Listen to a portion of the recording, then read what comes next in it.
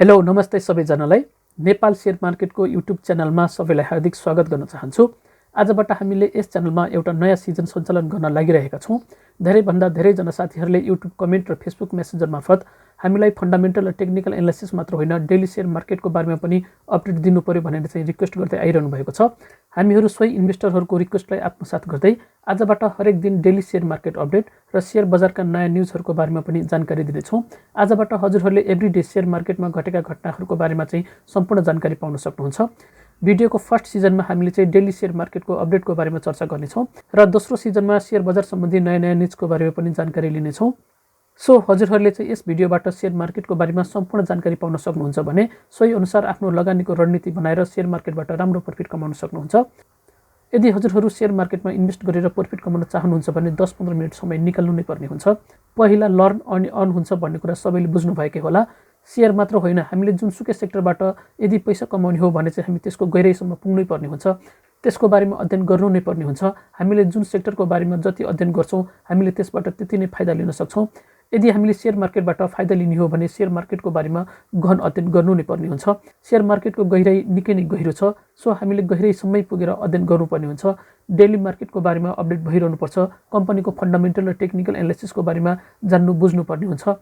कम्पनीहरूको dividend capacity कति छ, शेयर मार्केटमा अहिले कुन ट्रेन्ड चलिरहेको छ, नेप्सी अप एन्ड डाउन के भएको छ, आज कुन चाहिँ शेयरको मूल्य बढ्यो, कुन चाहिँ शेयरको मूल्य घट्यो, त्यस्तै गरेर कम्पनीहरूको फाइनेन्सियल रिपोर्ट कस्तो आइरहेको छ, टेक्निकल एनालाइसिसमा कुन चाहिँ इन्डिकेटरले के सङ्केत गरिरहेको छ आदि विविध विषयको बारेमा जानकारी लिनुपर्छ। हामीले अबको भिडियोमा चाहिँ यी माथिका सबै विषयमा चाहिँ हजुरहरूलाई डेली अपडेट गराउँदै लैजानेछौँ। शेयर मार्केटमा एकजनाले नगुमाइकन अर्कोले कमाउन सक्दैन। ठुला लगानीकर्ता त ठुला नै भइहाले, उनीहरूको पोर्टफोलियो दिनमा नै करोडौँ बढ्छ मतलब हुँदैन। पुराना लगानीकर्ताहरूलाई चाहिँ अलरेडी थाहा हुन्छ कि शेयर मार्केटमा कहिले इन्ट्री गर्ने र कहिले एक्जिट गर्ने भनेर। फस्ने भनेको त सबै नयाँ र साना लगानीकर्ता नै हुन्। यस भिडियोको सिजन सुरु गर्नुको मेन रिजन चाहिँ नयाँ लगानीकर्ताहरू चाहिँ यसरी नफसुन् भन्ने नै हो। नयाँ लगानीकर्ताहरू पनि शेयर मार्केटको बारेमा अपडेटेड रहन् र उनीहरूले पनि शेयर मार्केटबाट चाहिँ इन्ट्री पिरियडदेखि नै प्रफिट कमाउन् भन्ने हो। हस्त साथीहरू, अब म ढिला नगरिकन हजुरहरूलाई आजको दिनमा भएका शेयर मार्केटका अपडेटको बारेमा चाहिँ जानकारी दिन गइराखेको छु। भिडियो सुरु गर्नुभन्दा अगाडि यदि हजुरहरूले पहिलोपल्ट हाम्रो च्यानललाई भिजिट गरेर भिडियो हेरिराख्नु भएको छ भने च्यानललाई सब्सक्राइब गर्नुहोला। साथै नजिकै रहेको बेल आइकनमा क्लिक गरेर अल नोटिफिकेसन अन गर्न नबिर्सनुहोला, जसले गर्दा हजुरहरूले शेयर बजार सम्बन्धी नयाँ नयाँ भिडियोहरू सबैभन्दा छिटो हेर्न पाउनुहुन्छ।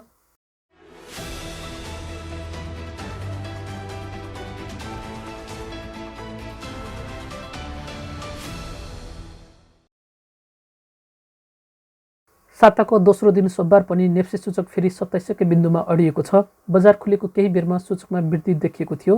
दोहोरो अङ्कले बढेको बजारमा अन्तिम प्रहरमा फेरि बिक्री चाप आएको थियो, तर बन्द हुने बेलामा नेप्सी रिबाउन्स हुँदै सूचक हरियो बनेको छ। यसरी हरियो बनेसँगै नेप्सी सूचक 0.08 बिन्दुले बढेर नेप्सी सूचक 2798 को अङ्कमा अडिएको छ। लगानीकर्ताको लागि यो एउटा महत्त्वपूर्ण मनोवैज्ञानिक बिन्दु हो। बजार यो बिन्दुबाट फेरि माथि लाग्ला वा तल लाग्ला भन्ने आम चासो रहेको छ। तथापि अन्तिम प्रहरको अवस्थाले केही सकारात्मक अवस्थाको सङ्केत गरेको छ। 3 अर्ब 68 करोड रुपियाँभन्दा बढीको शेयर कारोबार भएको छ। यति बेला अर्थतन्त्रका कतिपय सूचक सकारात्मक नभए पनि केन्द्रीय ब्याङ्कले पछिल्लो दिनहरूमा चालेको कदमले सकारात्मक अवस्था सिर्जना हुने विश्वास गर्न सकिन्छ। साताको दोस्रो दिन नेप्सी सूचक 0% चेन्ज हुँदै 2798 को बिन्दुमा अडिएको छ। त्यस्तै गरेर सेन्सिटिभ 0.07 अङ्कले घटेर 511.30 को बिन्दुमा अडिएको छ। त्यस्तै गरेर फ्लोट इन्डेक्स 0.06 अङ्कले घटेर 183.74 को बिन्दुमा अडिएको छ भने सेन्सिटिभ फ्लोट 0.11% घटेर 162.47 को बिन्दुमा बन्द भएको छ। त्यस्तै गरेर आज टप गेनर्समा चाहिँ Buddhabhumi Nepal hydro power company limited रहेको छ। यो चाहिँ 8.13% बढेर चाहिँ 665 रुपियाँकोमा कारोबार भएको छ। त्यस्तै गरेर दोस्रो नम्बरमा सपोर्ट माइक्रो फाइनेन्स वित्तीय संस्था लिमिटेड रहेको छ। यो चाहिँ 4.72% बढेर चाहिँ 1885 रुपियाँमा चाहिँ यसको कारोबार भएको छ। त्यस्तै गरेर तेस्रो नम्बरमा चाहिँ एनएचपिसी रहेको छ। यो चाहिँ 4.28 अङ्कले बढेर 431.70 रुपियाँमा यसको कारोबार भएको छ। त्यस्तै गरेर टप लुजर्समा मध्य भट्टकोशी जलविद्युत कम्पनी रहेको छ। यो चाहिँ 3.85 अङ्कले घटेर 575 रुपियाँमा चाहिँ कारोबार भएको छ। त्यस्तै गरेर अर्को रहेको छ प्राइम इन्सुरेन्स कम्पनी लिमिटेड। यो चाहिँ 2.49 अङ्कले घटेर 939 रुपियाँमा यसको कारोबार भएको छ। त्यस्तै गरेर अर्को रहेको छ नेसनल इन्सुरेन्स कम्पनी लिमिटेड। यो पनि 2.18% घटेर 851 रुपियाँमा यसको कारोबार भएको छ। यति बेला अर्थतन्त्रका कतिपय सूचक सकारात्मक भए पनि केन्द्रीय ब्याङ्कले पछिल्लो दिनहरूमा चालेको कदमले सकारात्मक अवस्था सिर्जना हुने विश्वास गर्न सकिन्छ। आयातमा पनि निकै कडाइ गरिएको छ। 100% मार्जिन राख्नुपर्ने प्रावधानले केही समयपछि वित्तीय प्रणालीमा तरलता सहज बनाउन सहयोग पनि अपेक्षा गरिएको छ।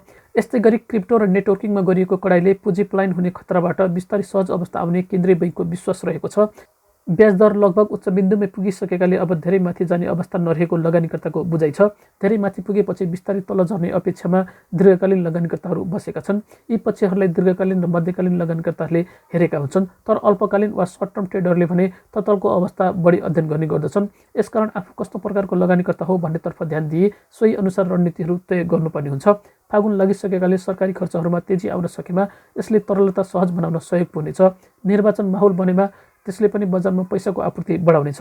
तथापि यी सबै अनुमान गरिएका विषय हुन्। सधैँ अर्थतन्त्र र शेयर बजार अनुमान गरी अनुसार चल्दैन। बीचबीचमा आउने अर्थ राजनीतिक परिवर्तन, नीतिगत परिवर्तनले पनि बजारको गति र प्रवृत्तिमा तत्काल परिवर्तन ल्याइदिन सक्छ। तसर्थ लगानीकर्ताले रिस्क रिवार्ड रेसियोलाई समेत ख्याल गर्दै सबल कम्पनीमा लगानी गर्न सक्नुपर्छ।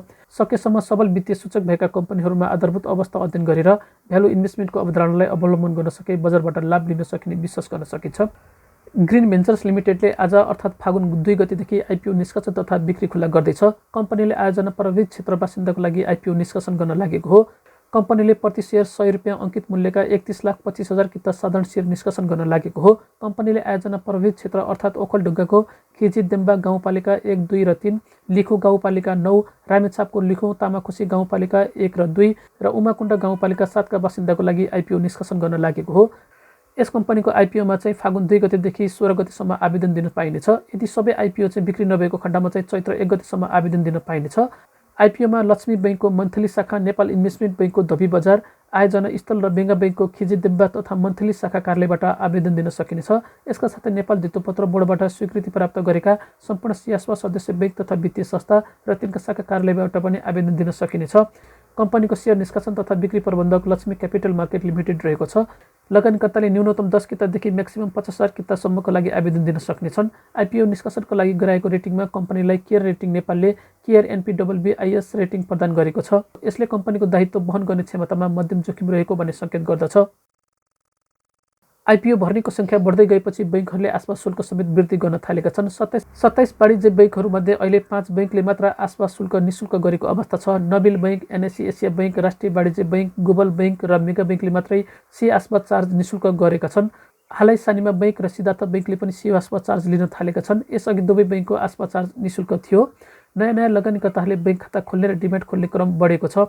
नयाँ लगानीकर्ताहरू बैंक खाता खोल्ने र डिमेट खोल्ने क्रम बढेको छ। आइपिओ भर्ने प्रयोजनका लागि कुन बैंकमा खाता खोल्दा के कस्ता शुल्कहरू तिर्नुपर्ने हुन्छ भन्ने चासो हुन सक्दछ। अहिले 22 वाणिज्य बैंकहरूमध्ये स्ट्यान्डर्ड चार्टर्ड बैंकको आसपास शुल्क 100 रुपियाँ रहेको छ भने Nepal bank, Nepal SBI bank, century commercial bank, Laxmi बैंकको आवेदन शुल्क 25 रुपियाँ रहेको छ। त्यस्तै Kumari bank, citizens bank international, Nepal investment bank, NAB bank, Himalayan bank, Everest bank र सानिमा बैंकले 20 रुपियाँ आसपास शुल्क लिने गरेका छन्। सनराइज बैंक, प्रभु बैंक, सिभिल बैंक, माछापुछ्री बैंक, कृषि विकास bank, bank of Kathmandu, prime commercial bank, Nepal credit and commerce bank, Siddhartha bank र नेपाल बङ्गलादेश बैंकले 10 रुपियाँ आसपास शुल्क लिने गरेका छन्।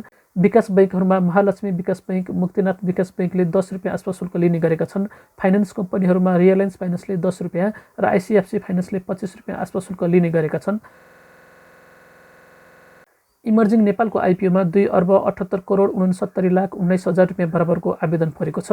CDSका अनुसार आइतबार साँझ 5:17 24:15,15,919 जनाले 2 करोड 78,35,420 किताको लागि आवेदन दिएका छन्। यो सर्वसाधारणको लागि बिक्री खुल्ला गरिएको कितालाई आधार मान्दा 53.78 गुणा बढी आवेदन हो।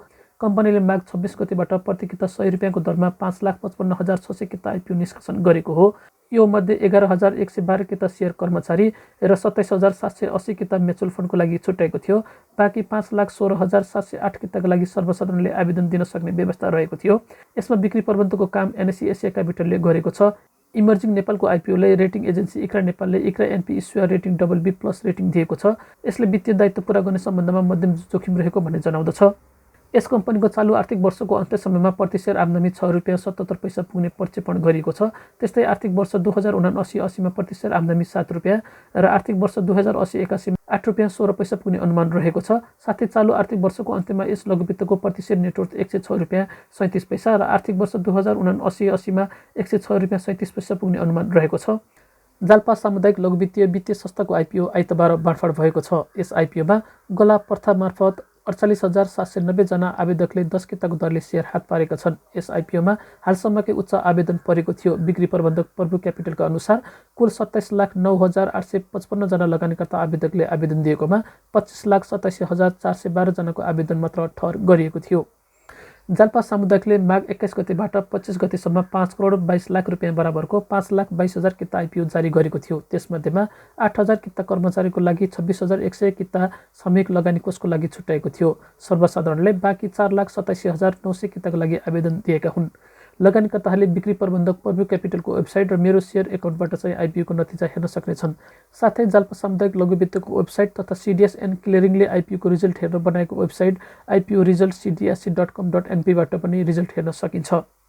नेपाल स्टक एक्सचेन्जमा आइतबार 2 वाणिज्य बैंक सहित 6 कम्पनीको 3,76,80,741.719 किता बोनस सेयर सूचीकृत भएको छ, जसमा सबैभन्दा धेरै बैंक अफ काठमाडौँको 96,58,176 किता, त्यस्तै गरी NSE एसिया बैंकको 82,51,613 किता, मुक्तिनाथ विकास बैंकको 84,56,300 किता र लुम्बिनी विकास बैंकको 37,78,379 किता बोनस सेयर रहेको छ।